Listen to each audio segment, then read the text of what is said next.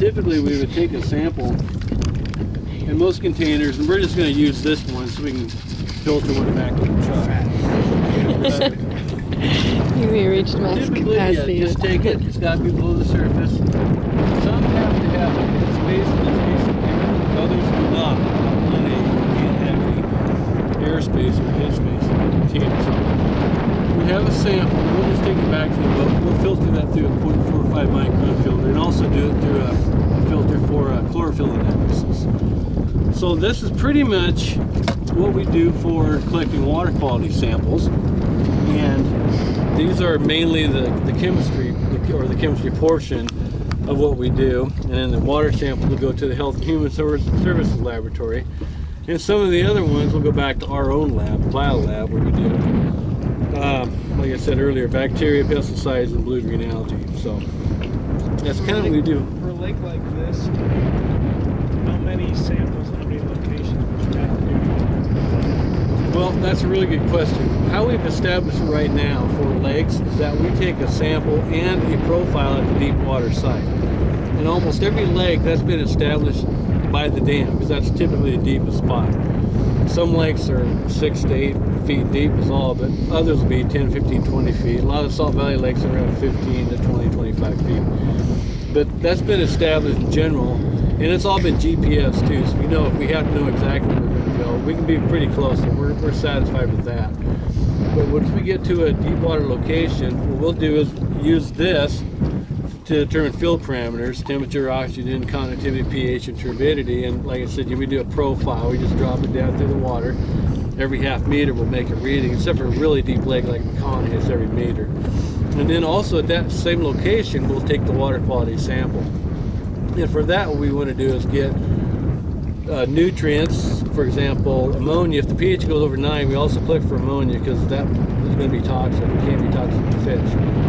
We also put total phosphorus, keldyl nitrogen, and nitrate nitrites. Some of the other things we look for is alkalinity and total suspended solids. We also do a pesticide sample at that particular location too. Once we're done at the deep water site, we'll anchor it, and we'll go to what we call a mid-lake site, and it would be approximately middle of the lake somewhere, probably where the stream or whatever feeder stream is coming into the lake. We'd normally sample that right in the middle of the what we call mid-lake sample.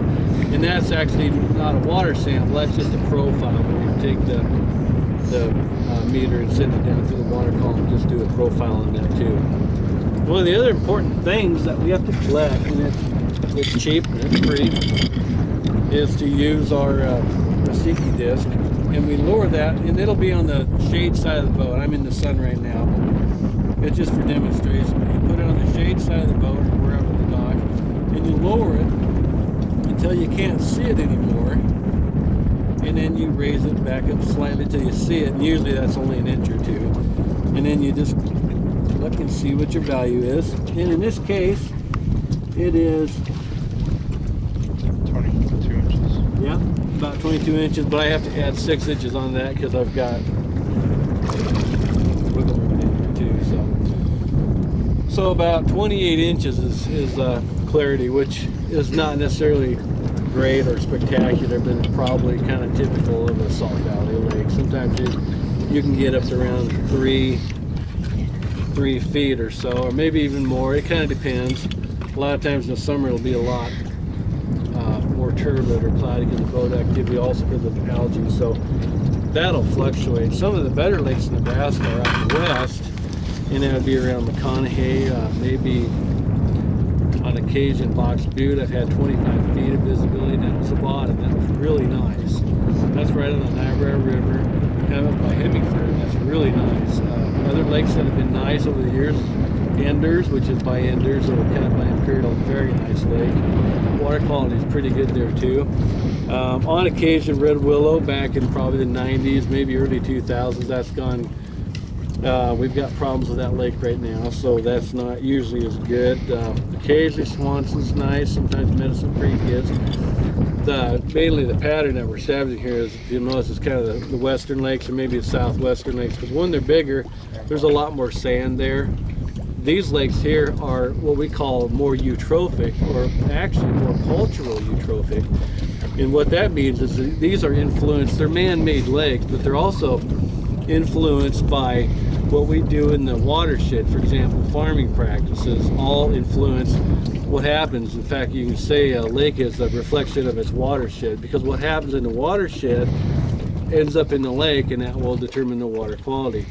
Either chemical runoff, either direct runoff, or non-point source runoff. The non-point source would be dirt, fertilizers, phosphorus that comes in hooked to the soil. It's all non-point source runoff.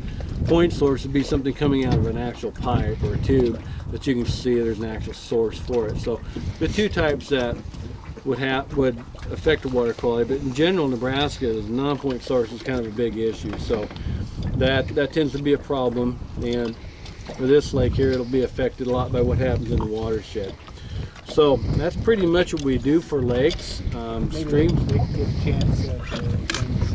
That would be great. Yeah, just anybody want to grab that and drop it in, and just you kind of see how it goes down. It kind of disappears, and you pull it just slightly, and just go in the middle there, and that kind of gives you what your value is. And it's very important that we have the Secchi disc depth, because we use that and total phosphorus and the chlorophyll concentration of a lake to determine trophic state.